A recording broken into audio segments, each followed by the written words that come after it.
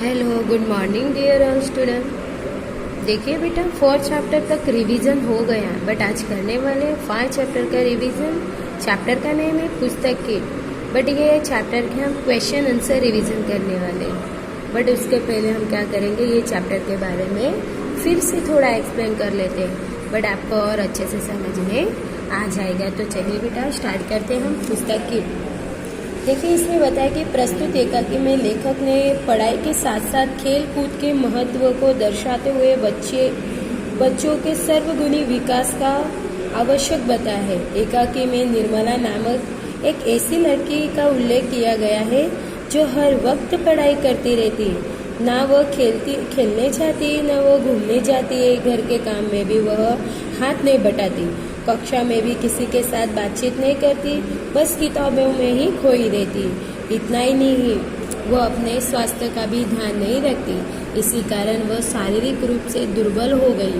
कक्षा की सारी लड़कियां तोती और भीमसेन जैसे नामों से उसका मजाक उड़ाती है, परंतु इतनी पढ़ाई करने के बावजूद निर्मला अनुत्तीर्ण हो जाती है। मुख्य अध्यापिका उसे सुधारने के लिए एक विशेष बैठक बुलाती है और कक्षा में सारी छात्राओं के सामने उससे प्रश्न पूछे जाते हैं और निर्मला प्रत्येक प्रश्न का गलत जवाब देती है। सभी लड़कियां उसी बात में उसका मजाक उड़ाती है, उस पर हंसती है और वो रोने लगती है। तब मुख्य अध्यापिका उसे समझाती है, सिर्फ पढ़ते रहने से, किताबों में खोए रहने से सफलता नहीं मिलती। पढ़ाई के साथ साथ हमें खेलना, कूदना, घूमना तथा समय पर खाना पीना और सोना भी आवश्यक होता है।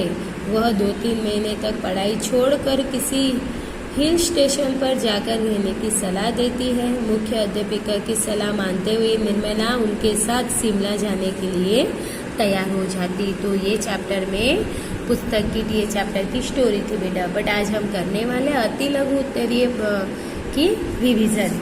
तो स्टार्ट करते बेटा अति लघु उत्तरीय का प्रश्न। अब देखते हैं इसका फर्स्ट क्वेश्चन है, कुसुम और लता मालती को कहाँ ले जाते हैं। तो इसका आंसर है कुसुम और लता मालती को हॉल में ले जाते हैं। सेकंड क्वेश्चन, निर्मला किस क्लास की छात्र थी। तो इसका आंसर है निर्मला 8वीं क्लास की छात्र थी।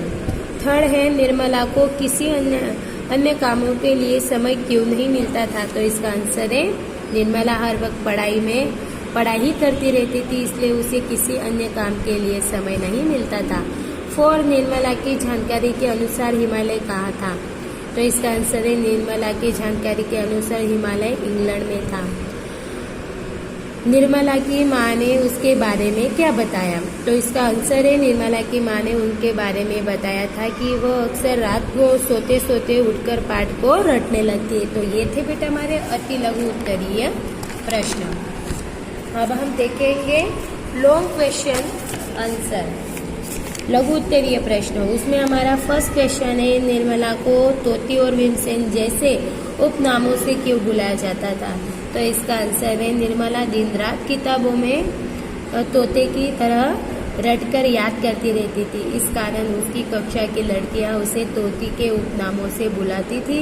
क्योंकि निर्मला का स्वास्थ्य सही नहीं था, वह अत्यंत दुर्बल दिखाई देती थी, इसी कारण लड़कियां उसे व्यंग्यपूर्वक भीमसेनी के उपनामों से बुलाती थी। सेकंड, निर्मला ने दुनिया के सबसे बड़े पहाड़ के विषय में क्या बताया। इसका आंसर है निर्मला ने दुनिया के सबसे बड़े पहाड़ के विषय में बताया कि यह दुनिया का सबसे बड़ा पहाड़ विंध्याचल है। यह भारत के उत्तर में है, यह भारत के लिए बड़ा ही लाभदायक है, अंदर से कोई दुश्मन नहीं आ सकता, इसके कारण ही वर्षा भी होती है।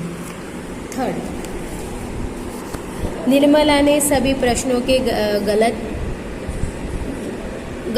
उत्तर क्यों दिए। तो इसका आंसर है निर्मला का स्वास्थ्य अत्यंत बिगड़ गया था, वह शारीरिक मानसिक रूप से दुर्बल हो गई थी, वह सदा चिड़चिड़ाई रहती थी, इसी कारण वह अपने सभी प्रश्नों के गलत उत्तर देती थी। 4 है हमारा, निर्मला धोने क्यों लगी। इसका आंसर है निर्मला मुख्य अध्यापिका द्वारा पूछे गए सभी प्रश्नों के गलत उत्तर देती थी, इसी कारण हॉल में बैठी सभी लड़कियां उस पर हंसने लगी। निर्मला उसे अपना अपना समझती थी और वो रोने लगी। 5 बेटा, अंत में मुख्य अध्यापिका ने निर्मला को क्या सजा सुनाई? अंत में मुख्य अध्यापिका ने निर्मला को सजा सुनाते हुए कहा कि वो 3 महीने तक किताब की सूरत भी नहीं देखेगी और अपनी सारी किताबें वो मुख्य अध्यापिका के पास